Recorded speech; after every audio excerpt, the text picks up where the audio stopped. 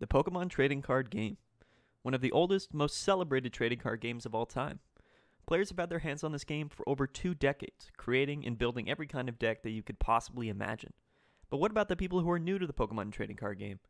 What about the inexperienced players, young and old, who are looking to test their skills in one of the most popular and expansive tabletop experiences out there? With thousands upon thousands of Pokémon cards available to you, it may be difficult for new players to know which cards are good or what decks they should be playing. Today we break down the basics of the Pokémon Trading Card Game deck building experience and cover everything that you need to know to start your journey to become a Pokémon master. What's going on, guys? My name is Maddie. I'm a fellow Pokémon TCG enthusiast, and this is my tutorial on deck building for the Pokémon Trading Card Game. First things first, I want to let you know that this is not a tutorial on how to play the Pokémon Trading Card Game. There are plenty of videos and tutorials out there that will teach you the basics on how to play the game, and if you're watching this now and you don't already know how to play the game, I heavily suggest that you go and learn the rules through using an official Pokémon TCG rulebook or learning from a friend or family member who can give you all the information that you need. With that being said, let's move on to the basics of Pokémon deck building. In order for a Pokémon TCG deck to be legal, it must follow these basic rules. Your deck must contain 60 cards, no more and no less. Your deck must contain at least one basic Pokémon. This is because you need a basic Pokémon in play in order for the game to begin. And you are not allowed to have more than 4 of any card with the same name. This rule excludes basic energy cards, but we'll cover that in just a little bit. Before we go any further, it's also important to understand the concept of the 2 basic Pokémon TCG formats. Currently in the Pokémon TCG, we have 2 main formats. We have the standard format, and we have the expanded format. In basic terms, the standard format consists of the following Pokémon TCG expansions. Team Up through Vivid Voltage. Currently, this is what the standard format consists of, and all Pokemon cards from these expansions are legal in the standard format, and all cards from any future expansions will be legal as well. In this video, we're going to be building a standard format deck, and for the purpose of conserving time, I'll leave explaining the expanded format for a later video. For today's tutorial, we're going to be taking a look at one of the most popular and successful decks in recent history, and that is a deck that revolves around Pikachu and Zekrom GX Tag Team. This deck thrives on fast-paced gameplay, drawing cards and attaching energy faster than our opponent can handle. First of all, let's take a look at the deck that we will be building in this tutorial. There's a lot going on here, but don't worry, we're going to be explaining each card and its purpose throughout this tutorial. This specific deck was built and played by Mike Fouché, who recently won an online tournament of about 400 players using this specific deck. Alright, let's break this deck down and explain how someone might go ahead and build a deck just like this one. In this deck, we have 12 different Pokemon cards. We're going to be splitting these Pokemon into 2 different categories. First off, it's going to be our attacking Pokemon. These are the Pokemon that we're going to use to deal damage to our opponent's Pokemon and inevitably knock them out. Next is going to be our support Pokemon. These are Pokemon that can attack, but we're not using them to attack. We're using them for their abilities and everything that they can do to help us out. Alright, let's take a look at our primary attackers in this deck. First off, we have Pikachu and Zekrom GX. Next up, we have Raichu and Alolan Raichu GX. After that, we have Mewtwo and Mew GX. And then lastly, we have Vikavolt V. Each of these Pokemon have very, very useful attacks, and we're going to be using them in different ways at different times of the game, depending on how our opponent plays. First off, we have 2 Pikachu and Zekrom GX. This card is very good for that first attack to accelerate energy while doing 150 damage, and its GX attack there, if we have 6 energy on, it actually does 200 plus 170 to the bench. This is absolutely incredible. Mainly the GX attack that we're going to be using throughout this game, but you'll see that our other attackers also have good GX attacks as well. Next up is Raichu and Alolan Raichu. This first attack is very good. Tandem Shock, it does 160, but it only does 160 if we get to switch this Pokemon in during this turn. Otherwise, it does 80 damage. But if we do switch it in this turn to the active spot before we attack, we also get to paralyze our opponent, and this paralysis is actually a really big deal and can be extremely useful. Next up, we have Mewtwo and Mew GX. This is a relatively new attacker that's been included into this deck. Mike Fouché put it in here. Very good idea. Mewtwo and Mew GX is actually really good for a multiple of reasons. Its ability allows us to use the attacks of all of our GX Pokemon that are on our bench or in our discard pile. This means that we can use the attacks of Pikachu and Zekrom or Raichu and Alolan Raichu both on this Mewtwo and Mew GX Pokemon.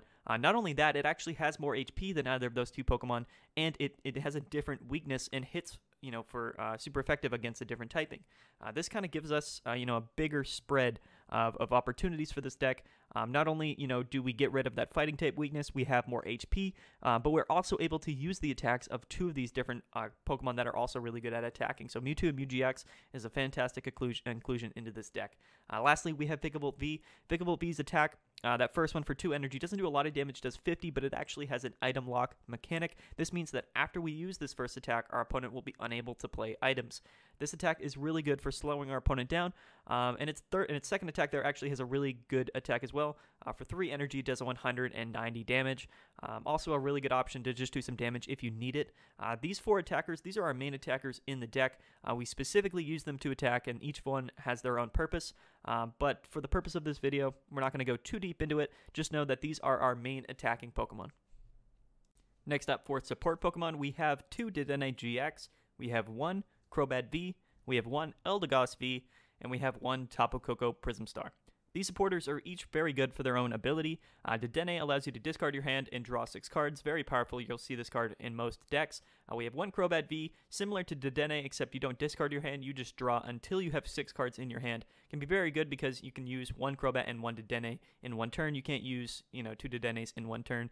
We have Eldegoss V. This allows us to get a supporter back from our discard pile. This can be very good to grab those last few supporters at the end of the game if you already played them earlier in the game and now they're in the discard pile. And lastly, we have Tapu Koko Prism Star, which allows us to accelerate energy onto our benched Pokemon from our discard pile. Again, a very good card to get those energies out onto our board very quickly. Last up, we have 2 Boltund V. Now, Boltund V is in the middle between attackers and supporters because it actually does both. That first attack does no damage, but for 1 energy, we get to put 2 energy from our deck onto our bench Pokemon. Can be very good to start the game and is a very good support attack. Next up, our second attack does 10 damage plus 30 more for each energy on the board. So late in the game, when you have all these Pokemon on your board with all these energies, you can play Boltund and do big damage. So it also is a great support Pokemon and also a really great attacking Pokemon. Now let's take a look at the 12 supporters we run in this deck. First off, we run 4 Marnies, we run 4 Professor's Research, we run 3 Boss's Orders, and we also run 1 Team Yell Grunt. Now, for most decks in the standard format, you'll notice that most decks are running the same supporter cards. This is because they are staples and they're useful in pretty much every deck that you could possibly think of. These Marnies, Professor's Research, and Boss's Orders are all extremely powerful cards, and these are cards that you're likely going to see in pretty much every deck, and there's a good reason for that. Marnie allows you to shuffle your hand, put it on the bottom of your deck, and draw 5 cards, while making your opponent do the same, except he draws 4 cards. Not only can this be very powerful if you don't have many cards in your hand, drawing 5 new cards is of course going to be really good, but it's also a great card for that effect of your, disrupting your opponent's hand. Sometimes your opponent has a really big hand while you have a very small hand. This happens actually quite a lot in the Pokemon Trading Card Game, and being able to draw more cards if you don't have a big hand while making your opponent get rid of their big hand is a really powerful mechanic and can often turn the tides of battle. Next, we have Professor's Research, similar to Marnie. This time we discard our hand and draw 7 cards. Excluding our opponent, we don't, affect them in any way with this card. However, we draw 7 cards instead of drawing 5. It's similar to Marnie, but benefits you more, doesn't necessarily disrupt your opponent. Next up is Boss's Orders. We run 3 of these. This is one of the best supporter cards in the game. You'll see this card in pretty much every deck. Quite simply, you get to switch one of your opponent's bench Pokemon with their active Pokemon. This might seem simple, might not seem like a big deal, but realistically, it's going to be the card that often wins you the game. If you think about it, a lot of times in the game, you'll have 1 or 2 prize cards remaining, but your opponent's active Pokemon has too much HP for you to knock them out. When this happens, a lot of times you're going to be wanting to switch your opponent's one of their bench Pokemon with their active Pokemon so you can knock that Pokemon out to win the game. This is often how people end the game to get wins, and Boss's Order is an extremely powerful card. You'll see it in pretty much every deck. Lastly, we run 1 Team Yell Grunt. Team Yell Grunt is kind of a niche card. You don't see it in a lot of decks, but in this deck particular, we have a focus on energy removal and energy denial. You'll see in the next section when we talk about the item cards, we're running a card called Crushing Hammer, which discards energy from your opponent's Pokemon. Team Yell Grunt, similar to that card, but you put an energy from your opponent's Pokemon back into their hand. Energy denial and energy removal is a very powerful effect in this current format, and this supporter card goes very well with Crushing Hammers, but we'll talk about that in just a little bit. Supporter cards, think of them like very powerful item cards, except you can only play one of them every turn. This means that, if you have multiple supporters in your hand, you're going to have to choose which one you're going to want to play for that turn. However, we only run 12, similarly to the amount of Pokemon that we run, because in every hand of the game, at any point in the game, we want at least one Pokemon in our hand, and we want at least one supporter in our hand.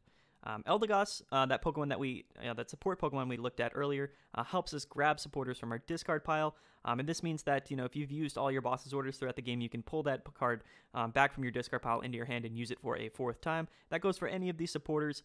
Eldegoss is a very good card that goes with supporters. This deck, it doesn't branch out anything too crazy. These are supporters again that you'll probably see in most decks, but these are the 12 supporters that we're running for this deck specifically. Next up, let's look at the 23 item cards that we run in this deck. We run 4 switch cards, 4 quick ball, 4 crushing hammers, 2 reset stamps, 2 electromagnetic radar, 2 energy switch, 1 cherish ball, 2 air balloon, 1 big charm, and 1 chaotic swell. Now, that last card there, chaotic swell, not technically an item card, but we'll get to it in just a minute. Now again, you'll see a lot of these item cards in most decks that you play.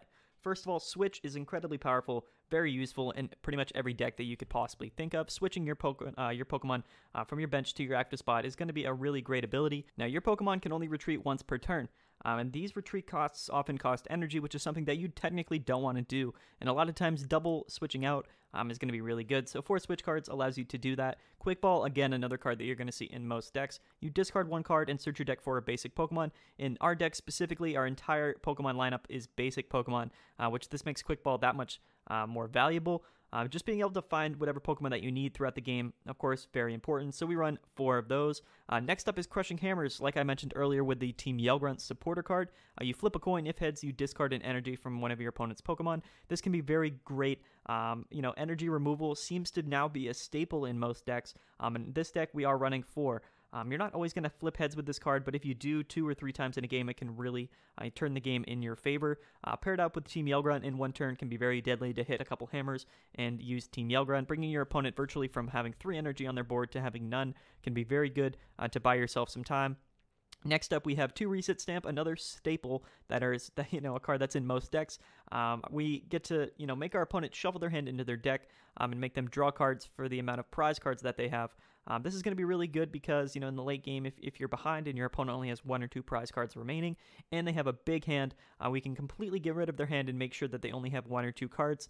Can really be the difference at the end of the game to allow you to get that comeback. Next up, we have Electromagnetic Radar. So with this card, we discard 2 cards from our hand and search our deck for 2 Electric-type GX Pokemon. We have plenty Electric-type GX Pokemon. We have the 2 Pikachu, the Raichu and Alolan Raichu, and the 2 Dedenne GXs. These are very important cards that we're going to be wanting to find throughout the game. Discarding 2 cards isn't a big deal with things like Tapu Koko Prism Star, which allows us to attach energies from our discard pile to our bench Pokemon. We actually prefer to get a few energies into our discard pile at early on in the game. So Electromagnetic Radar really helps us with that.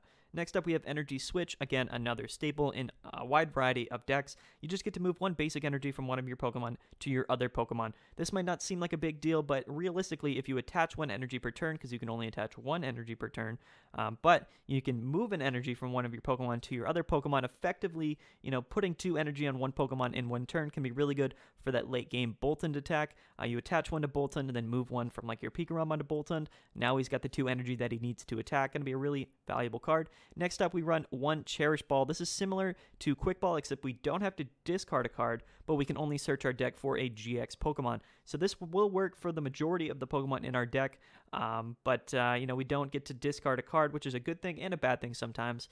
But 4 Quick Balls just wasn't really enough. Mike Fouché, who built this deck, decided that having 1 more form of Pokemon search was valuable, and Cherish Ball was definitely the next best thing. Next up are the tool cards. So item tool cards are a little bit different than items. They're similar, except they're pretty much item cards that you get to attach to your Pokemon permanently until they get, knocked off from another card. That's, a topic for another discussion. But tool cards, you attach them to their Pokemon and they enhance your Pokemon in certain ways. First of all, we run 2 air balloons. This reduces our Pokemon's retreat cost by 2. Now, most of our Pokemon in this deck have a retreat cost of 2, so with air balloon attached, it gives them free retreat. We can only retreat once per turn, but with air balloon, we're able to retreat out for free, and then we can also play switch cards to retreat back in if we need to. Next up, we run 1 Big Charm, another tool card. Similar to Air Balloon, you attach this to one of your Pokemon, but it gives it 30 more HP. This is really good. So, Pokemon in your deck like Mewtwo and Mew GX, for example, has 270 HP. This is a lot of HP, but there's some Pokemon in the game that can hit that in one attack. Things like Eternatus VMAX hit for 270 damage pretty consistently. Big Charm allows you to attach this to whatever Pokemon you think might get one hit KO'd. You put this on one of those Pokemon and allows it to survive one hit. Buying you another turn can be extremely valuable. Lastly, we have Chaotic Swell. Now, this is not technically an item card. It is a stadium card. And if you don't know already, stadium cards are cards that you put into play, and they're permanently in play until another stadium gets played.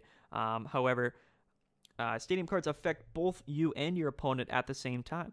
Now, one thing to mention that Chaotic Swell doesn't necessarily do anything. What it does is it disrupts your opponent from playing their own stadium card. So if Chaotic Swell is in play, and your opponent tries to play a stadium card, it discards both of those cards. This can be really valuable since there isn't really a stadium card that benefits this deck a whole lot. The best stadium for us to play is Chaotic Swell, which, disrupts our opponent from playing their own stadium. This is a very, important mechanic in the game, and Chaotic Swell, definitely one of the best stadium cards in the game. That's it for our item cards. You'll notice that we run about twice as many item cards as we do supporters, and this is because we can use as many item cards as we want during the game. A lot of times you might use 3, 4, or even 5 item cards in one turn, and that's not a bad thing. A lot of these item cards have their own use, and if you get them in your hand, you're most likely going to want to use them that turn or eventually, right? Having plenty of item cards is very good. Again, it should be the bulk of your deck. These are cards that are going to, facilitate your deck in really a bunch of different ways. We're going to talk about balancing here in just a little bit, but we run 12 Pokemon, 12 supporters, and 23 item cards. Next up, let's look at energy. In this deck, we run 13 energies, 10 basic electric energy, and 3 special energy, which are the speed lightning energy. Now, basic energy is going to be really good. It works with things like Energy Switch. It works with things like Tapu Koko, Prism Star, and it works with, things like Pikachu and Zekrom, which accelerate energy from our deck. So, we want a large collection of basic energy in this deck, and this deck really only needs electric energy, which is why that's the only energy type that we're running. Next up, the speed energy is going to be really useful. So this is a special energy card.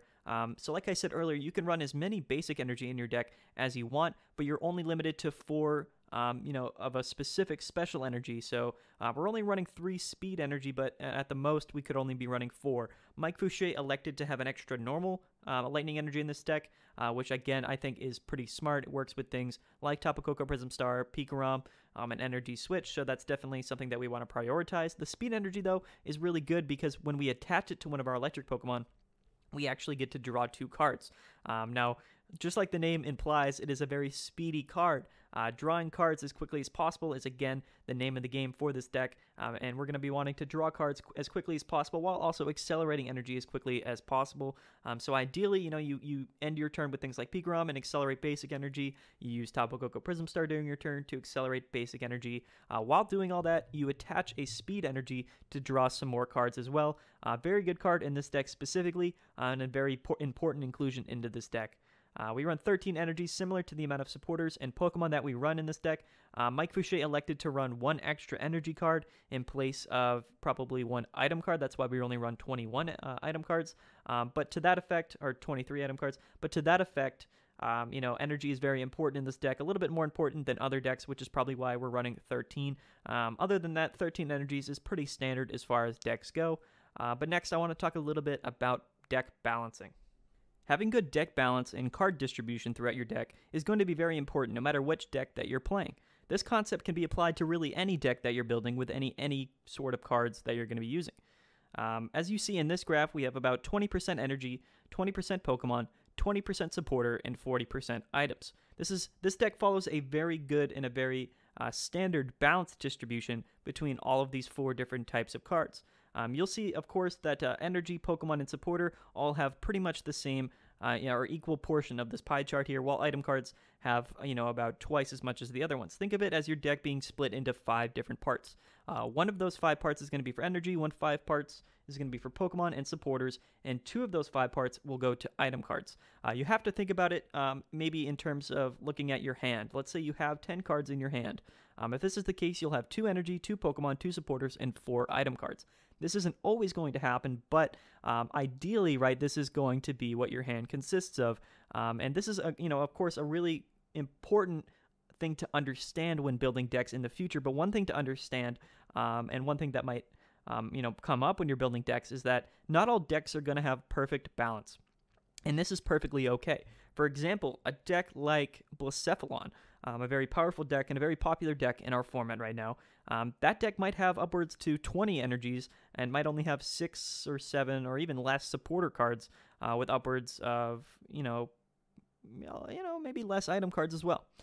So the balance for that deck is going to be different, and that's okay. That's what that deck thrives on, and that's sort of the balance distribution that works well for that deck. Other decks like Mad Party, might have less item cards, might have less energy, but they might have upwards of 20 or more Pokemon in the deck. Again, this is an example of a deck that follows a different balance and distribution. This is okay. Depending on which deck that you build, your balance is going to be different. For this deck, for this video, right, I decided to choose a deck that followed a very basic and a very balanced, distribution of cards throughout its deck. But this concept should be applied whenever you're building a deck. It is really something to think about. With all that being said, guys, let's take a look at this deck as a whole once again. You'll notice, and now after hopefully that we've covered all of the different portions of this deck, you'll be able to notice all of the different cards that are in this list. Each one has its own specific purpose, and this deck, even though when you look at it, it looks like there's a lot going on, it actually has very proper balance and distribution. This deck, of course, has been proven, tested, and played by a variety of really high-level players, and has seen a lot of success. I'm not going to go into exactly how you should play this deck or sort of flow charts about different matchups and stuff. All that stuff you can definitely find and learn when, with experience, right? If you're curious, though, you definitely should go check out other content creators, or definitely go check out some of the videos of my channel of people playing in the Grand Finals matches and some of our Chill Series tournaments to give you a better understanding of how these decks can or should be played. But anyways, guys, that's going to wrap it up for this video. I hope you guys learned something. If you're new to the Pokemon Trading Card Game, I hope that this tutorial and this video gave you the information that you needed to build your own deck. And again, I hope that this information is going to be easily transferable to other types of decks that you're building in the future. A lot of these concepts, again, can be, applied to other decks, and a lot of these cards can be put into other decks as well. You'll often see that some decks have again, a lot of cards that overlap. For this deck specifically, I would say that almost half of this deck and the cards in this deck can be completely transferred into a completely different deck, and really change the deck completely while really having the same backbone. And a lot of this comes down to the supporters. Your attacking Pokemon might differ, your energy might differ, but a lot of times your staple item and supporter cards and your support Pokemon are going to be are going to be the same throughout different decks that you build. But that's going to wrap it up, guys. I've been Maddie from Chill TCG. I hope you guys enjoyed this video. If you have anybody who's new to the Pokemon Trading Card Game, or anybody that wants to get into the Pokemon Trading Card Game, and learn how to build decks, learn how to play, I highly suggest that you show them this video, and maybe teach them a little bit, play with them a little bit. Really, I have a really good passion for this game. I love playing it. I love being a part of this community. It's a great community. And if we have any opportunity to get more players into this game, that's obviously going to be a really good thing. And that was the point of this video. Go check out my other videos. Again, I have a lot of videos on other deck lists. I also run a weekly tournament series for the online Pokemon Trading Card Game. So if you're interested in competing and maybe winning some packs or even some cash prizing, definitely go check out those tournaments. I'll link them in the description down below. That's going to wrap it up for the videos, guys. I've been Maddie. I hope you guys enjoyed, and I will see you guys soon.